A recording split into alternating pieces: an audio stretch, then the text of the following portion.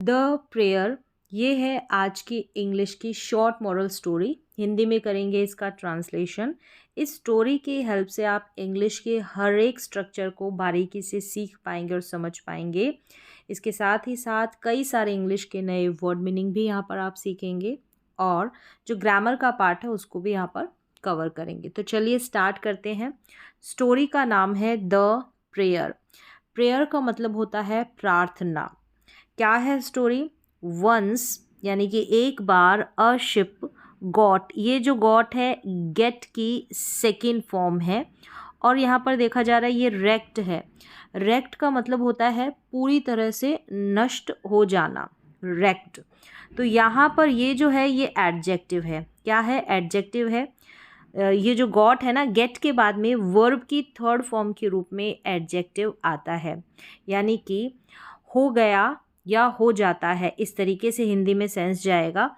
यहाँ पर ये गॉट वर्ब की सेकंड फॉर्म है तो सिंपल पास्ट का ये एफर्मेटिव सेंटेंस है। अवस्था में, स्टेट में परिवर्तन हो जाना। वहाँ पर गेट प्लस वर्ब की थर्ड फॉर्म यानी जो एडजेक्टिव के रूप में वर्ब की थर्ड फॉर्म आती है उसे पास्ट पार्टिसिपल बोलेंगे। तो यहाँ पर ये एडजेक्टिव है।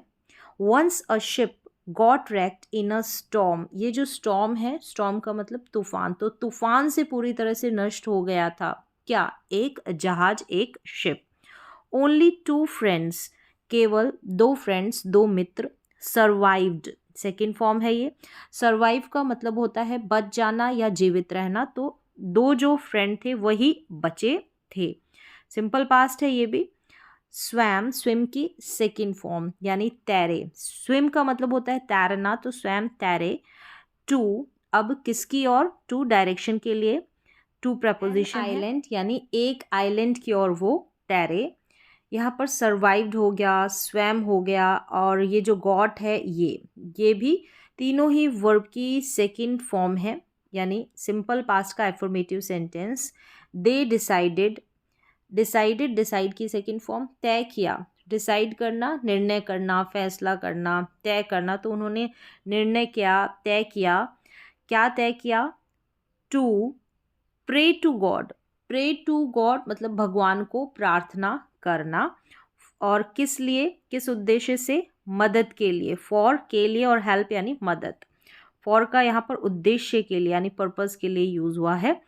हाउएवर, हालांकि। To find out, find out का मतलब होता है खोजना या पता लगाना, ढूंढना, मिलना, बहुत सारे मतलब है, लेकिन उन्होंने पता लगाया। हुज यानी किसकी, पता लगाना। टू फाइंड आउट है पता लगाना। हुज यानी किसकी। प्रेयर्स यानी प्रार्थनाएं, वर्ब प्रेयर्स है इसलिए वर्ब का यूज हुआ है प्लूरल के लिए। किसकी प्रार्थनाएं? मोर पावरफुल है यानी अधिक, मोर पावरफुल अधिक शक्तिशाली है। अब यहाँ पर थी होगा क्योंकि ये सिंपल पास्ट का ही सेंटेंस है।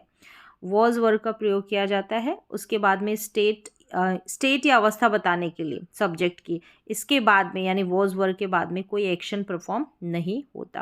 यानी किसकी जो प्रार्थनाएं हैं वो शक्तिशाली, अधिक शक्तिशाली थी। नेक्स्ट देखें, दे डिवाइडेड, उन्होंने डिवाइड यानी बांटा। द आइलैंड, आइलैंड को, द्वीप को या कह सकते हैं टापू को। आइलैंड का मतलब होता है द्वीप या टापू। एंड स्टेड, स्टे का मतलब होता है रहना, तो कहीं पर रहना, तो स्टेड यहाँ पर वर्ब की सेकेंड फॉर्म है। ऑन द अपोजिट साइड यानी अपोजिट साइड, अपोजिट का मतलब होता है विपरीत दिशा या उल्टी दिशा में रहना, रहे। द फर्स्ट थिंग, जो पहली चीज थी कि दे प्रेड फॉर, प्रे जो है उसकी second form prayed, simple past का ही एफर्मेटिव सेंटेंस है। फॉर यानी के लिए। वॉज फूड, थी फूड यानी पहली जो चीज थी जिसके लिए उन्होंने प्रार्थना की वो थी भोजन यानी खाना। सून जल्द ही। द फर्स्ट मैन, जो पहला मैन था, पहला व्यक्ति था, सॉ, सी की second form saw, simple past का एफर्मेटिव सेंटेंस है। सॉ यानी देखा। एक, अ फ्रूट बियरिंग, यहाँ पर ये जो फ्रूट बियरिंग है एडजेक्टिव है। हिंदी में मतलब होगा फल देने वाला या फलों से लदा होना। कौन था? ट्री, नाउन के बारे में ही बताया जा रहा है कि कैसा था, फलों से लदा हुआ। तो fruit bearing tree on his side of the land, जो उसका लैंड था, उसका जो आइलैंड था, उसकी तरफ जो है फ्रूट बियरिंग ट्री उसने देखा, यानी फलों से लदा हुआ एक वृक्ष पेड़ देखा। द अदर मैन, अन्य व्यक्ति, हैड, यहाँ पर हैड जो है स्टेट ऑफ पोजेशन, पास्ट में किसी के पास कुछ था ऐसा बताने के लिए यूज किया जाता है हैड का, और प्रेजेंट में हम हैज और हैव का प्रयोग करते हैं। अब यहाँ पर हैज़, हैव और हैड, इनके बाद में कोई एक्शन परफॉर्म नहीं होता है। अगर एक्शन होगा तो परफेक्ट टेंस हो जाएगा प्रेजेंट और पास्ट का हेल्पिंग वर्ब के अनुसार। अगर हैड के साथ वर्ब की थर्ड फॉर्म आती है तो पास्ट का परफेक्ट टेंस होता है। हैज़, हैव के साथ वर्ब की थर्ड फॉर्म आती है तो प्रेजेंट का वो परफेक्ट टेंस होता है। लेकिन यहाँ पर हैड के बाद में कोई वर्ब नहीं आ रही है, मेन वर्ब नहीं आ रही है, तो ये स्टेट ऑफ पोजेशन यानी किसी के पास कुछ था ऐसा शो करता है। The other man had no tree, यानी जो दूसरा अन्य व्यक्ति था उसके पास कोई पेड़ नहीं था। नेक्स्ट आगे, the first man prayed for a ship, आगे जो पहला व्यक्ति होता है उसने प्रार्थना की, किसकी, एक जहाज के लिए, फॉर अ शिप। सून, जल्द ही, यहाँ पर हैड हो गया, प्रेड हो गया, सिंपल पास्ट का ही सेंटेंस चल रहा है। सून, जल्द ही फाउंड, फाइंड से फाउंड दूसरा रूप है वर्ब का।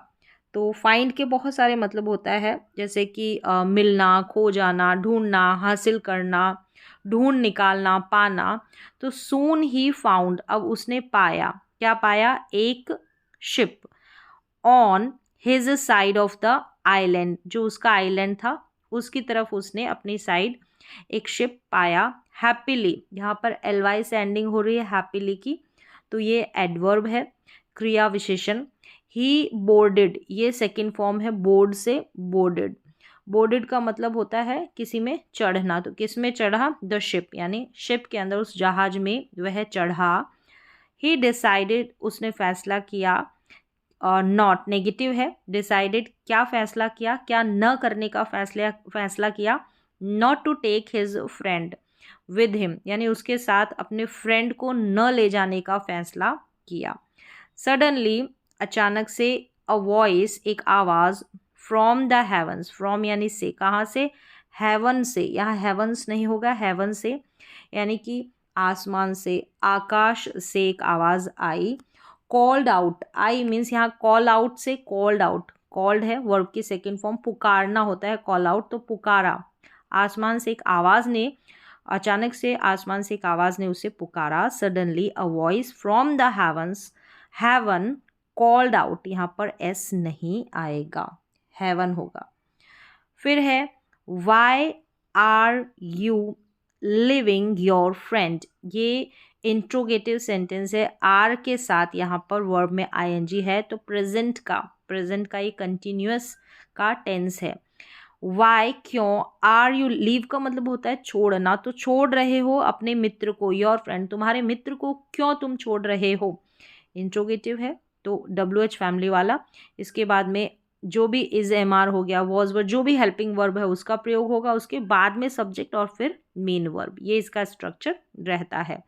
फिर आगे देखें, द मैन आंसर्ड, जवाब दिया उसने, उत्तर दिया, ये वर्ब की सेकेंड फॉर्म है, आंसर से आंसर्ड। ऑल हिज प्रेयर्स, जो उसकी सारी प्रार्थनाएं वर यानी थी, प्रेयर्स है तो यहाँ पर वर का यूज़ हुआ है प्लूरल के लिए। फिर यहाँ पर है अनआंसर्ड, यानी जवाब नहीं दिया गया, यानी उसकी सारी प्रार्थनाओं का जवाब नहीं दिया गया था। तो वॉज वर्ब के साथ में वर्ब की थर्ड फॉर्म का यूज़ होता है तो वो पैसिव होता है, यानी जो पास्ट इंडेफिनिट का सेंटेंस होता है ना उसका पैसिव इस तरीके से वॉज वर्ब के साथ वर्ब की थर्ड फॉर्म का प्रयोग किया जाता है। फिर आगे देखें, यानी कोई काम किया गया था ऐसा हिंदी में सेंस आएगा। सो ही डज नॉट हो गया या डू नॉट हो गया, उसके साथ में वर्ब की फर्स्ट फॉर्म आती है, तो प्रेजेंट इनडेफिनिट टेंस का जब हम नेगेटिव सेंटेंस बनाते हैं तो वहाँ पर डू नॉट और डज नॉट का प्रयोग करते हैं। डू और डज जो है प्रेजेंट इनडेफिनिट टेंस की हेल्पिंग वर्ब है। So he does not deserve this, यानी यह जो है वो डिज़र्व नहीं करता है। डिज़र्व करना मतलब योग्य नहीं है। डिज़र्व होना योग्य होना होता है, तो नॉट डिज़र्व डिज़र्व नहीं करता है, योग्य नहीं है। द वॉइस रिब्यूक्ड, यहाँ पर रिब्यूक्ड जो है ये वर्ब की सेकेंड फॉर्म है, यानी फटकारना। रिब्यूक्ड फटकारा उसने, आवाज़ ने। हिम उसे, सेइंग कहकर, कुछ कहते हुए फटकारा। अब क्या कहा, इन्वर्टेड कॉमा में है, नो नहीं, ही हैड ओनली वन प्रेयर। अब यहाँ पर स्टेट ऑफ पोजीशन, हैड के बाद में भी हम जो है कोई मेन वर्ब का प्रयोग नहीं करेंगे। उसकी कोई मतलब उसकी एक ही प्रेयर थी, एक ही प्रार्थना थी। He had only one prayer. He prayed, उसने प्रार्थना की। ये प्रेड जो है वर्ब की सेकेंड फॉर्म है, की, that, he prayed that all, सारी, योर प्रेयर्स, तुम्हारी जो प्रार्थनाएं हैं, बी आंसर्ड, यानी उनका जवाब दिया जाए। The first man was stunned, जो पहला मैन था वो भौचक्का रह जाना। स्टन्ड का मतलब या हैरानी भरा हुआ होना, बिल्कुल चुपचाप भौचक्का सा रह जाना, ऐसा इसका मतलब है। और ये जो स्टन्ड है ये एडजेक्टिव है। वॉज वर्ग के बाद में हम एडजेक्टिव का या नाउन का प्रयोग करते हैं सिंपल पास्ट के, जब हम साधारण से वाक्य बनाते हैं। वॉज वर्ग के बाद में कोई मुख्य क्रिया मेन वर्ब का प्रयोग नहीं होता, क्योंकि ऐसे सेंटेंसेस में एक्शन परफॉर्म नहीं होता। ये जो है कर्ता सब्जेक्ट की स्टेट, अवस्था के बारे में बताते हैं। पास्ट में है तो इसलिए वॉज का यूज़ है। प्रेजेंट में भी हम ऐसा ही सेम सेंटेंस बनाते, इज एम आर का प्रयोग कर विदाउट एक्शन वाले सेंटेंसेस। तो यहाँ पर ये थी एक शॉर्ट, बिल्कुल छोटी सी कहानी। यहाँ पर मैंने पूरे टेंसेस की हेल्प से सारे स्ट्रक्चर को समझाने की कोशिश की थी। उम्मीद है आपको समझ में भी आए होंगे।